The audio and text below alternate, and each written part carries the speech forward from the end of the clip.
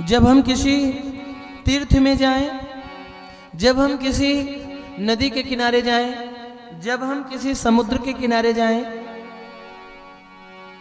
भले ही घूमने जाएं, पिकनिक मनाने जाएं, घूमने के ही उद्देश्य से जाएं, तो एक काम जरूर करके आएं।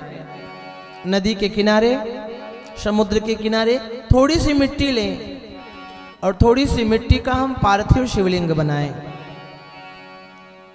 और उसी नदी के जल को अपने अंजुल में लेकर महादेव के ऊपर पंचाक्षर मंत्र या खड़ाक्षर मंत्र, पंचाक्षर मंत्र है नमः शिवाय और खड़ाक्षर मंत्र है ओम नमः शिवाय।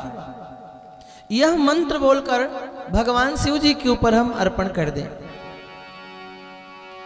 कहते हैं कि एक लोटा जल और मात्र एक धतूरे का फल, भगवान को यही प्रिय है।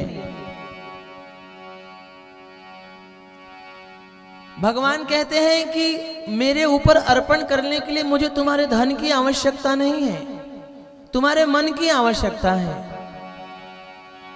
आज बहुत सारे लोग हैं नदी में, तालाब में चुंबक डाल डाल के सिक्के ढूंढते हैं। समुद्र में बहुत सारे मछुआरे ऐसे हैं जो सोना ढूंढते हैं।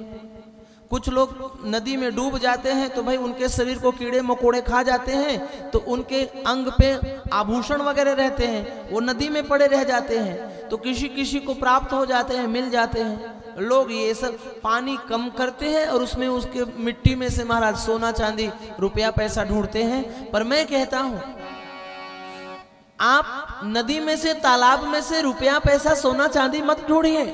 ढूंढना है तो उसी नदी में से महादेव को ढूंढिए। जरा सा मिट्टी निकालिए और उन्हें महादेव का पार्थिव शिवलिंग बनाकर पूजन करके उसी नदी में छोड़ दीजिए। महाराज जैसे जैसे नदी भरती है ना, वैसे वैसे वो कुबेरेश्वर भोला भंडारी हमारे घर में महाराज भंडार भरता है।